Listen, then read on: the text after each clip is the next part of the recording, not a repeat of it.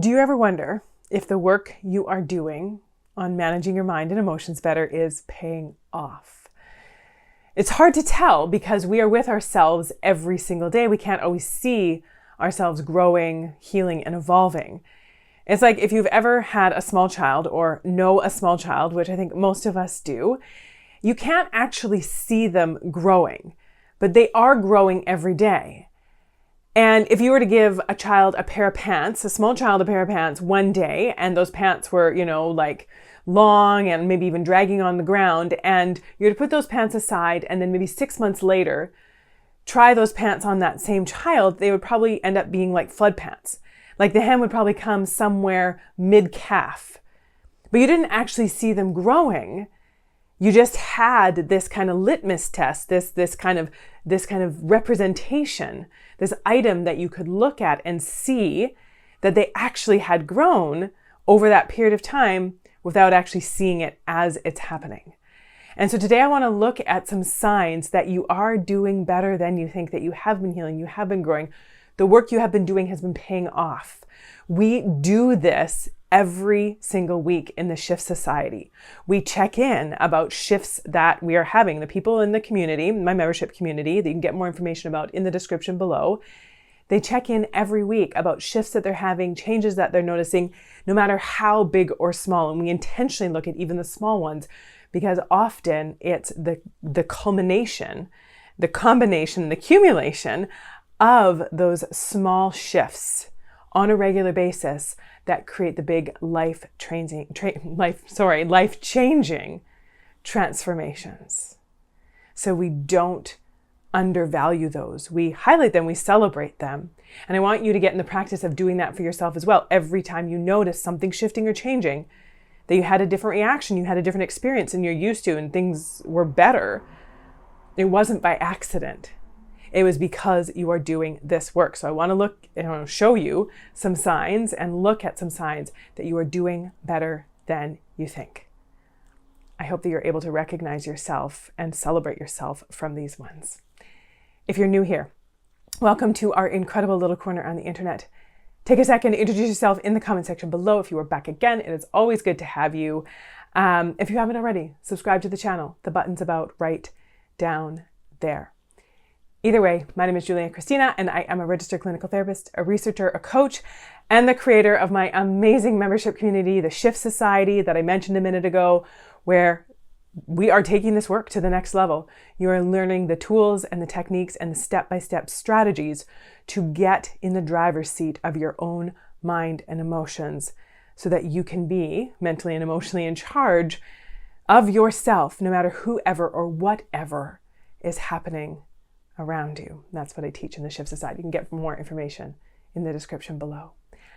I help heart-centered humans break through the crap that is holding them back so that they can like themselves and their lives more every day. And if you've been watching these videos, if you've been doing this work, if you are a shifter, then you have absolutely been having shifts and changes and growth and healing happening.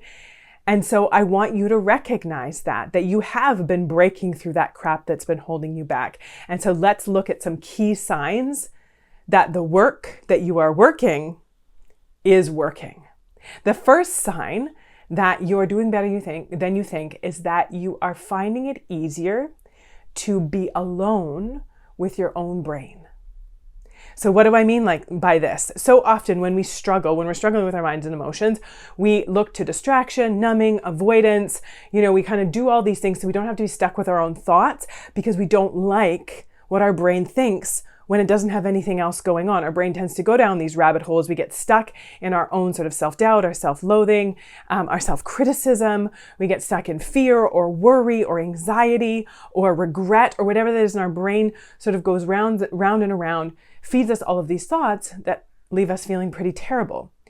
So a sign that you are doing better than you think, that at least sometimes, more than before, you are able to be alone with your own thoughts without it feeling terrible. And maybe it even feels good, or at the very least, kind of neutral. I remember a couple years ago, I was at my office one day, I was seeing clients, and then I stepped out to get some lunch. And, normally I'd go and pick up something and then go back to my office and just like sit and eat at my desk and, be watching some videos or doing some reading or replying to emails while I was eating. But there's one time I decided to just sit by myself at the little Tim Hortons and get my little chicken noodle soup and my bun and my tea. And I decided to just sit there and enjoy my own company. And you know what? For the first time that I could really remember, or that I was really paying attention to, I liked my own company. I liked sitting there and being with myself. I liked the thoughts that I was thinking. I liked the experience that I was having just with myself. And I remember really noticing that and being like, I have never really noticed enjoying myself so much and just feeling at peace and not feeling distressed without any kind of distraction, just sitting here and eating and being alone in my own thoughts. And I liked it. That was the first time I started to really notice that I was even really starting to like me. So being alone with your own thoughts, without distractions, and kind of liking that experience, that is a sign that you are doing better than you think. The next sign that you're doing better than you think is you're coming to the point where you can understand where other people are coming from without necessarily agreeing with them. Especially in this day and age, being able to take a step back and truly understand that everyone who has a perspective or a view or an opinion or a conviction about anything has gotten to that point for one reason or another. Now, maybe it's just because what they were exposed to, where they grew up, their family's opinions, the community of the people around them and what they think, the stuff that they consume on social media, the articles they read online, whatever that is, they have formed an opinion. Whether or not we're going to argue that it's a well-educated opinion or a sound opinion or, an opinion that holds a lot of water, that's beside the point. People have come to where they're at in their own thoughts from something. And so really just trying to understand where someone is coming from instead of automatically going into trying to undermine or criticize or force them into thinking the way that you think. It can be as big a topic as, politics or religion or whatever that is, or it can be as little as whether or not, they have the thought that you should let dishes pile up beside the sink and then wash them all in one step, or you wash your dishes as you go so you don't have to deal with a big pile of dirty dishes on the counter all day. Whatever that is, trying to understand that people have their own private logic. They have their own ideas of the way things should be, what's normal, what's reasonable. And so you try to understand that instead of automatically judging them. Now, I'm not saying you have to agree with them, you have to like it, you have to, just understanding from their perspective means that you have to be okay with it. Absolutely not. You can say, okay, I get where you're coming from and I still think it's a load of garbage. No, I'm just kidding. But kind of, you're allowed to say, I totally see where you're coming from, but I completely disagree. And, share your opinion or ideas or where you're coming from if that's appropriate to the conversation.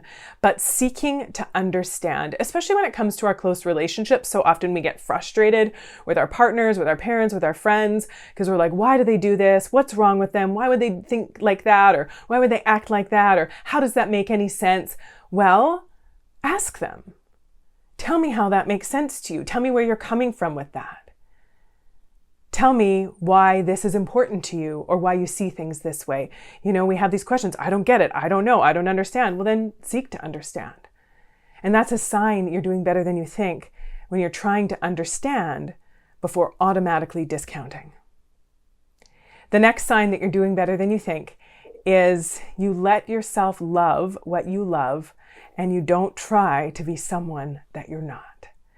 So for those of you who follow me on social media, on Instagram or on my Facebook page, I usually, try to post stories on there fairly regularly. And just a little while ago, I was in Saskatchewan, here in Canada, visiting my sister and my brother both live in Saskatoon, Saskatchewan. And I was just staying with my sister for a few days to celebrate our youngest daughters who just turned 4. They were born 6 days apart. And so I went there to celebrate the birthdays, and our daughters our 4-year-olds are best friends. And so I went there to celebrate the birthdays. And my sister is a Pinterest-worthy baker. The cakes that she bakes and decorates look like they belong on the cover of, a baking magazine. And the cookies that she decorates look like they are, should be on the front page of Pinterest. They are gorgeous. She puts so much work into it. The cake that she made for our girls was this unicorn cake with this like perfect, buttercream icing. She made like this gold horn out of fondant and the ears out of fondant, and, decorated like kind of this flower mane of all different colors kind of going down the side of the cake. It looked like something out of a magazine, and it was stunning. And there was a time in my life where I would have felt inferior because I don't do that. I'm not going to say I can't do that because I don't know if I can because I've never tried, but that's not something that I want to do. And I would have felt jealous, like I should be doing this. Everyone in my family, my mom and my sister and my brother, all are beautiful present wrappers. The presents that they wrap for birthdays, for Christmas, they look again like something that you'd find out of, some kind of magazine, like Magnolia magazine or something like that.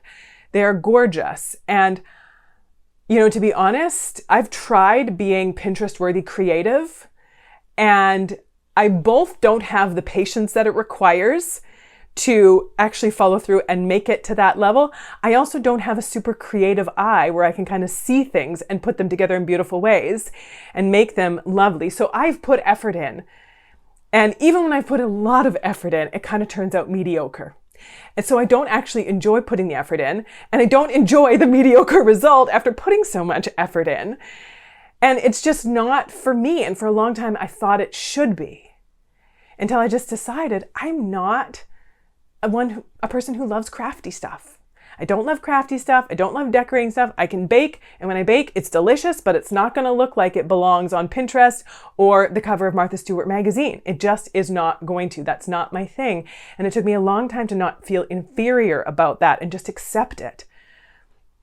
Most of my creativity goes into my thoughts and my words, the things that I'm thinking about and conceptualizing, and then learning thinking about how to present them to you in a creative way that connects. So that's where I've decided that's where my creative energy goes into. It goes into creating courses and programs, and in my membership community, the Shift Society, thinking of new things to do to help people integrate what they're learning and really shift their brains in lasting and meaningful ways. That's where my creativity goes. And so learning to accept that about myself. I will never be a prize-winning baker. I will never be a Pinterest-worthy present wrapper. It's just not me. And so looking at and leaning into what's important to me. What do I value? What do I like? Not compared to anyone else, even my family. Even if everyone around me is super into something, super good at something, is living and breathing scrapbooking. If you're like, I just don't like it, I would rather get really good at marathon running or whatever that is. Right? That's your thing. Let that be your thing. That is a sign you're doing better than you think when you let your thing be your thing and you let other people have whatever their something is too. The next sign that you are doing better than you think is that you can forgive people without thinking that you need to let them fully back into your life, or even sometimes let them back into your life at all. I think sometimes we have this fear of forgiveness because of that old saying, forgive and forget. That I should forget what they did or how they betrayed me or how they hurt me.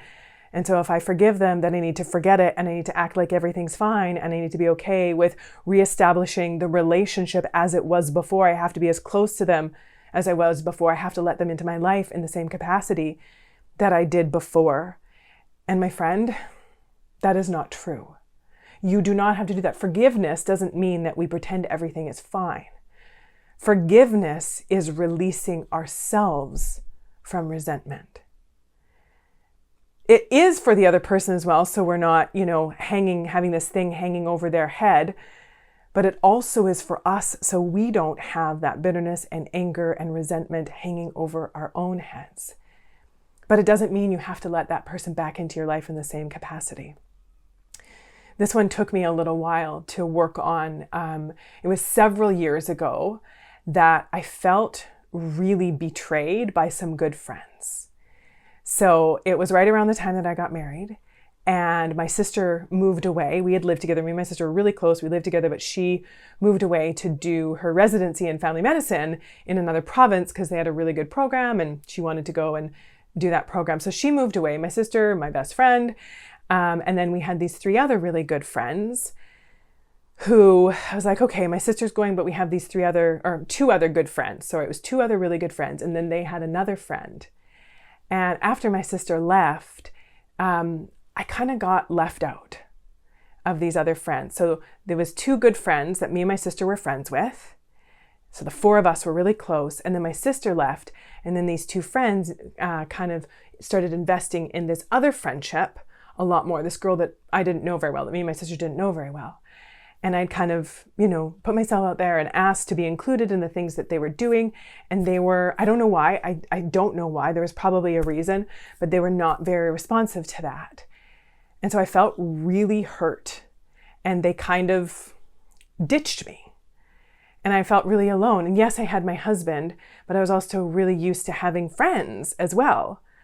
And now I'd kind of lost my sister and lost 2 really good friends. Nothing terrible had happened. There was no big fight. I don't know. I really don't know what happened.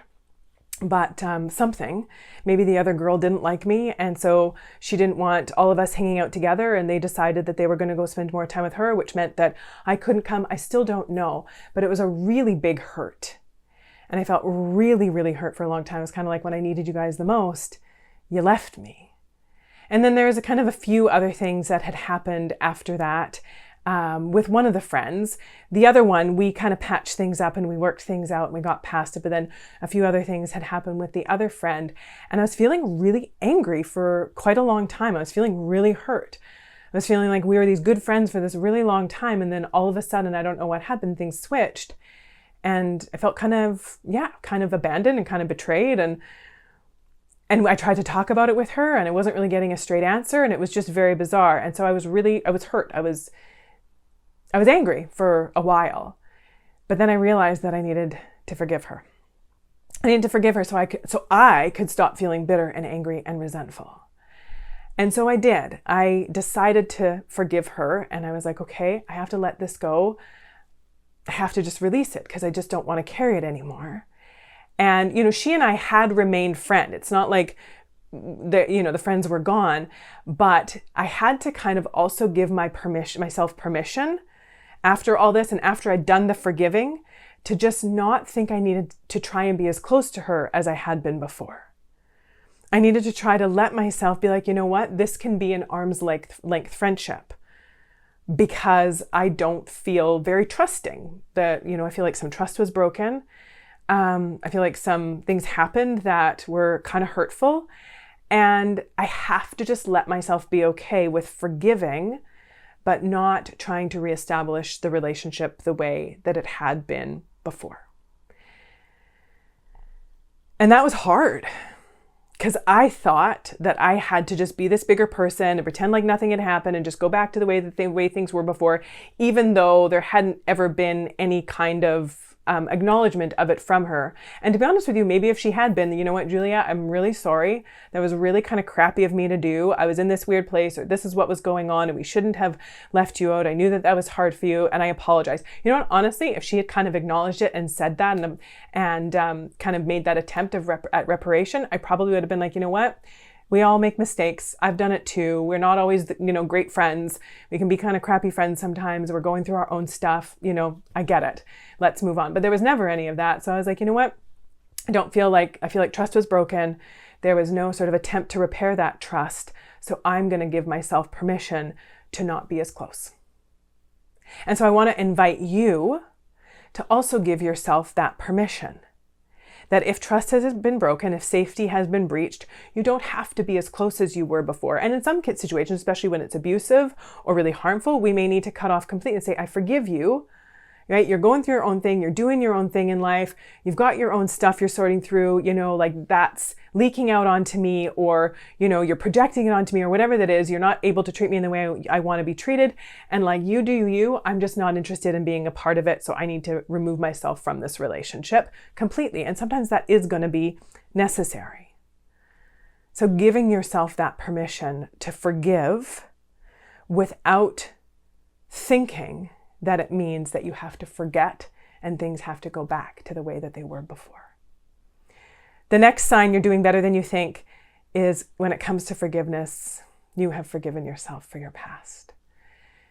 I know sometimes we think that if we forgive ourselves for the terrible things that we've done, the people that we've hurt, the betrayals that we've had, the rules that we've broken, whatever that is, that if we forgive ourselves for that, then we're letting ourselves off the hook and we're going to do it again, or whatever we think is going to happen. Instead of realizing that carrying that around is not helping in any way. It's just making us feel terrible. And maybe we think we need to punish ourselves for our past. But I think you've punished yourself enough. I think it's time to release yourself from that, to offer yourself some compassion and forgiveness, not to justify it and say it's okay, but to say, I can leave that now. I've learned from it. I've grown from it. I'm not going to do that again. I was at where I was at that time, and I did that forever for whatever reason, and it was not good, but I'm not going to continue to punish myself for it because it's not making the past any better. It's just making my present and my future worse. Use the past as something you can learn from, not something to hang over your head and punish yourself with. There's no point. Learn from it, grow from it, move on from it. But staying stuck in it is kind of ruining it. The next sign that you're doing better than you think is that, in the same vein, you don't let your past control your future. That things that happen, failures you had, hurt you experienced, rejections that you had, disappointments that you went through, that you don't carry those with you and just assume that now the future, it's all going to be the same. You're always going to fail. You're always going to be rejected. You're always going to be disappointed. And then you hold yourself back. You keep yourself small. You prevent yourself from living. You stop yourself from loving. Instead of being like, you know what, again, I can learn from the past, but if I cling to the past and let the past hang over me, it's just going to weigh me down and hold me back. And so you don't let your past control your future. You allow each circumstance to be new and approach it as if it's new. I know that that's not 100% possible because we have human brains that, think about similar situations in the past and how it went. And, if it's about starting a new relationship and the last relationship went poorly, then you might be skeptical about doing that. Or if you are starting a new job and the last job that you started, you had some really, difficult coworkers and you found it really hard. The climate in the office was really bad and you're kind of worried about that happening again. So you kind of go in sort of nervous. I mean, that's normal, but try your best to let every new relationship, situation, or circumstance represent itself. Try to go in with as clean a slate as possible, give it the benefit of the doubt, and approach it as if you are expecting it to turn out well, because you're going to get a lot more from expecting it to turn out well, because how you show up in a situation that you expect to turn out well, to go well, to be well, it will be different than if you go in expecting it to fail, to go terribly, to be a disaster. It's just one of those things. When we go in like that, we end up almost kind of subconsciously sabotaging. And I'm not saying that if you approach something with a good attitude and with, resolve and determination, that it's automatically always going to be perfect. Absolutely not. But if given a choice of how you're going to approach it, chances are it's going to go better when you approach it better than it is if you're going to approach it worse. Yeah?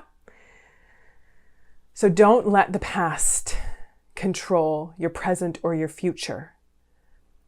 Learn from it and move forward with it, but also let each new thing represent itself. The next sign that you're doing better than you think is you do things you may not want to do because that you let me start that again.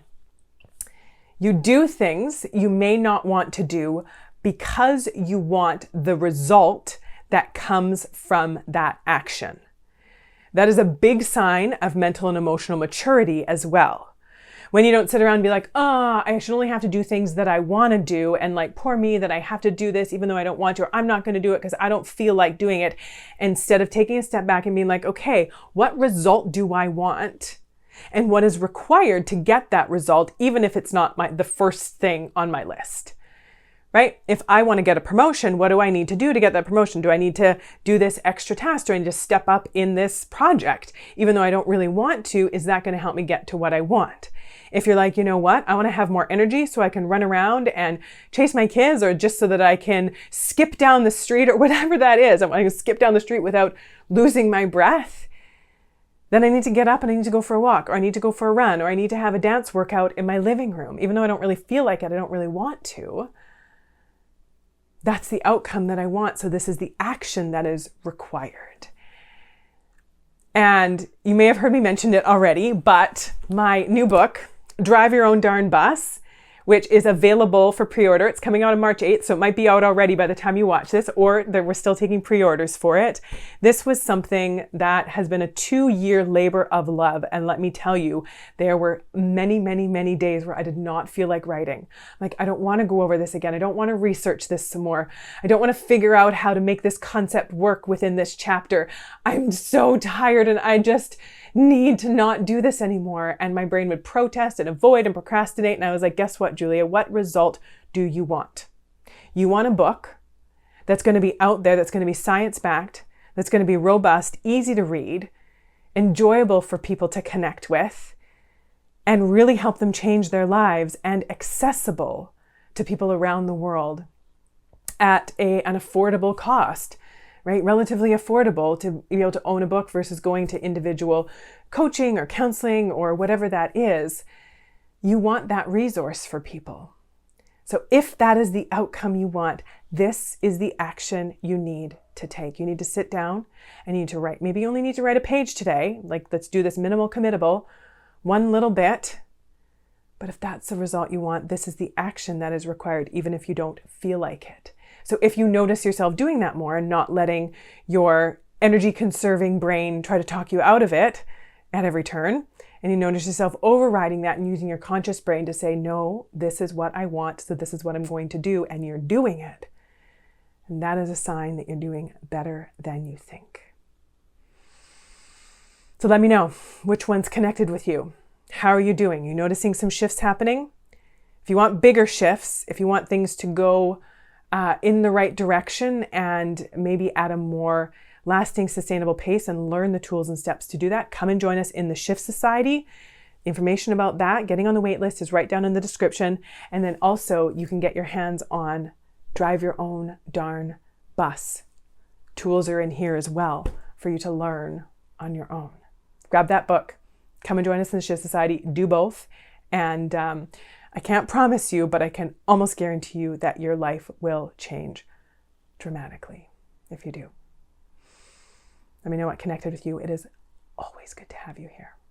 Until next time, take good care of yourselves and take good care of those around you.